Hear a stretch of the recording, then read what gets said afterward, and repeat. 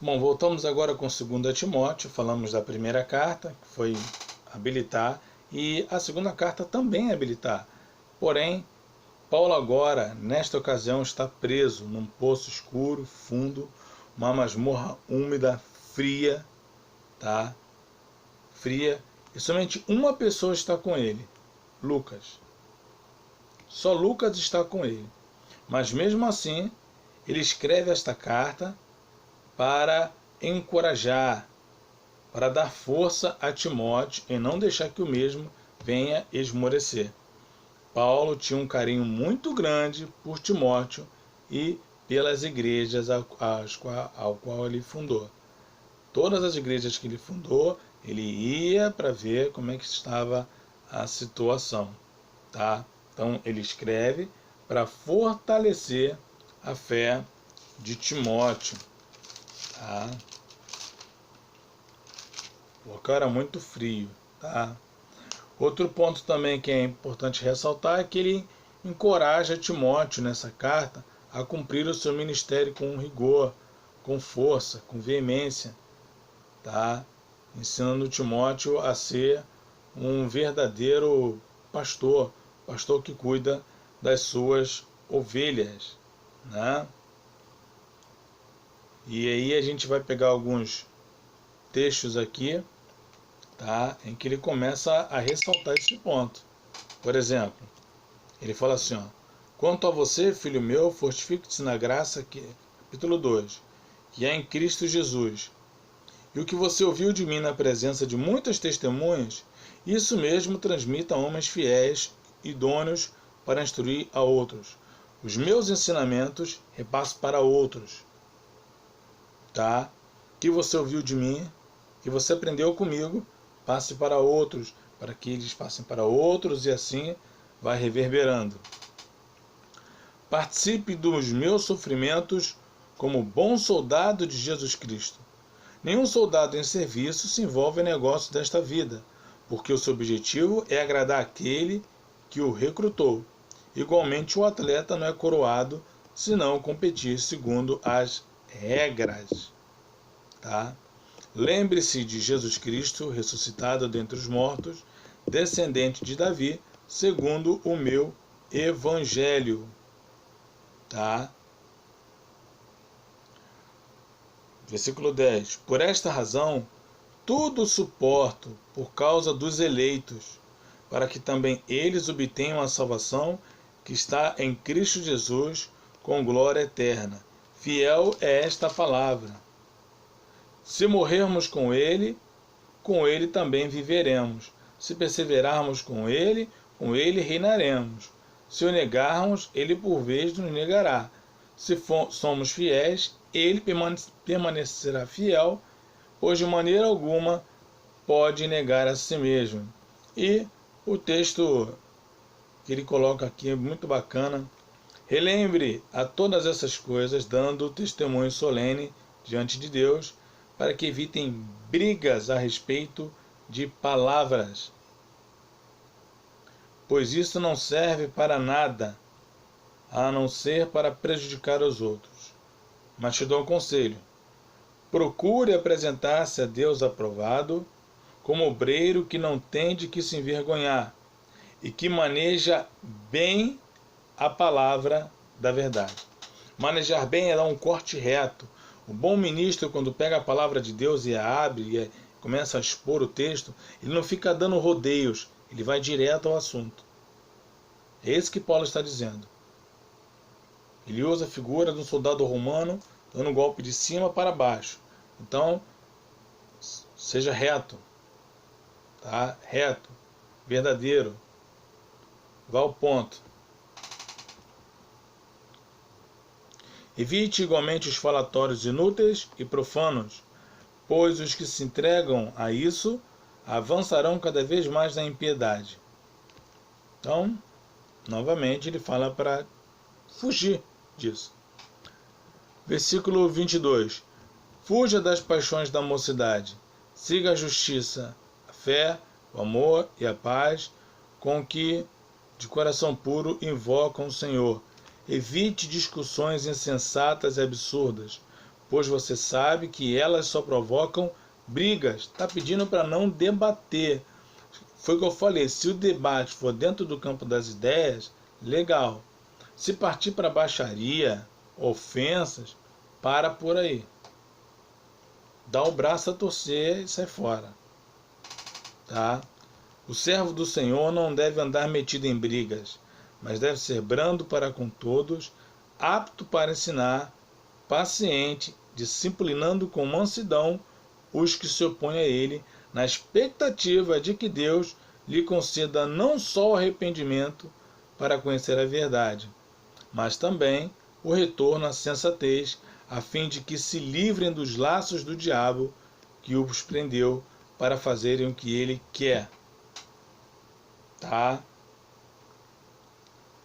Fala também, tá?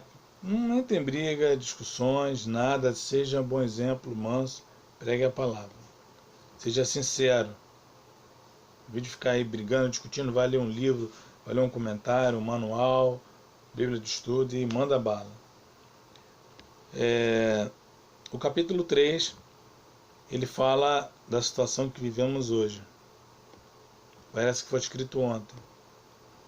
Mas você precisa saber disso. Nos últimos dias sobrevirão tempos difíceis, pois os seres humanos serão egoístas, avarentos, orgulhosos, arrogantes, blasfemadores, desobedientes aos pais, ingratos, ímpios, sem afeição natural, implacáveis, caluniadores, sem domínio de si, cruéis, inimigos do bem, traidores, atrevidos, convencidos, mais amigos dos prazeres do que amigos de Deus, tendo forma de piedade, mas negando o poder dela. Fique longe também destes, pois entre estes se encontram os que se infiltram nas casas e conseguem cativar mulheres tolas, sobrecarregadas de pecado, que são levadas por todo tipo de desejo. Então, Paulo está dizendo, os últimos dias, é o que nós estamos vivendo. Foge dessas coisas. Foge. Foge. Viva a piedade, a santidade. Santidade ao Senhor. Era o lema de John Wesley. Santidade ao Senhor. Tá? Santidade ao Senhor. E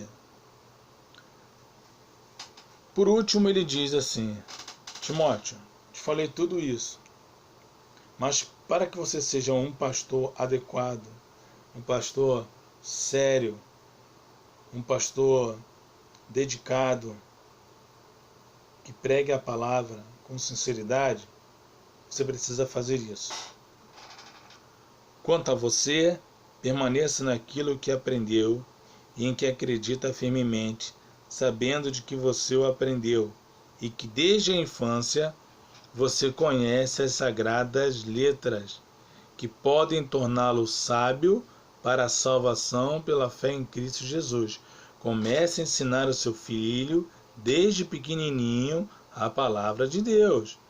Ele não sabe ler? Compre uma biblinha de criança e lê para ele. Se ele já sabe ler, compre uma biblinha linguagem de hoje, uma biblinha viva, dê para ele ler. E sempre explicando, principalmente o Novo Testamento, os 4 evangelhos ali. Ele possa aprender o teor, o que Jesus fez por ele. Tá? E ele fala, toda a escritura é inspirada, teopneustos, soprada por Deus. Não foi nada criptografado, não. Eles receberam a inspiração do Espírito Santo. Toda a escritura é inspirada por Deus e útil para o ensino, para a repreensão, para a correção, para a educação na justiça, a fim de que o servo de Deus seja perfeito e perfeitamente habilitado para toda boa obra. Parece que repreensão e correção são a mesma coisa. Repreensão é para uma pessoa. Correção é corrigir a igreja. Corrigir os erros da igreja. Repreensão é repreender o erro de uma pessoa pela palavra. Correção é toda a igreja, é exortação. Tá? Então, fazendo essas coisas, ele irá muito bem. Tá legal? E aí, começar uma carta de despedida, né? Eu fico até triste. Ele pede para Timóteo assim, cadê? Quando você vier, traga a capa que deixei em Trode, na casa de Carpo, que era muito frio. Traga os livros, especialmente os pergaminhos, que era a escritura. Alexandre, o ferreiro, me causou muitos males. O Senhor dará retribuição de acordo com o que ele fez. Tome cuidado com ele também você, porque resistiu fortemente às nossas palavras. Tá? Ele fala. Somente Lucas está comigo. Somente Lucas. Lucas foi o único que ficou com ele. Encontre Marcos, traga-o junto com você, pois me é útil para o ministério. E Tito. Depois de falar todas essas coisas, tá? Ele tem um capítulo 7 que ele fala, já sabendo que iria morrer. Quanto a mim, já estou sendo oferecido por libação, aquela oferenda de vinho.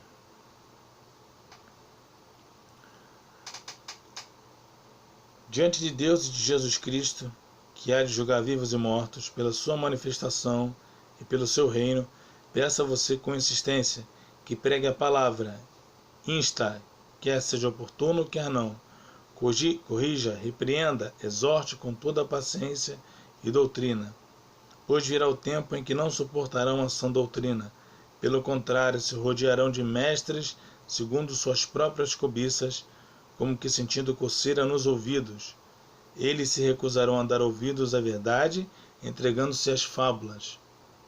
Mas você seja sóbrio em todas as coisas, suporte as aflições, faça o trabalho de um evangelista, cumpra plenamente o seu ministério. Quanto a mim, já estou oferecido por libação, e o tempo da minha partida chegou. Combati o bom combate, completei a carreira, guardei a fé. Desde agora me está guardada a coroa da justiça, que o Senhor, reto juiz, me dará naquele dia. E não somente a mim, mas também a todos os que amam a sua vinda.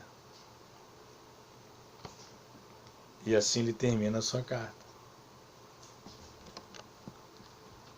Na primeira, ele quer habilitar Timóteo a ser pastor. Na segunda, ele está dentro de um buraco, Lucas junto com ele, lá de cima, olhando. O único que não abandonou.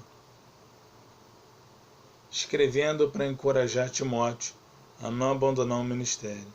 Você está me vendo no buraco aqui? Meu irmão, não fica com medo não. Pregue o evangelho. Vão surgir falsos mestres, falsos profetas, homens ruins, homens enganadores.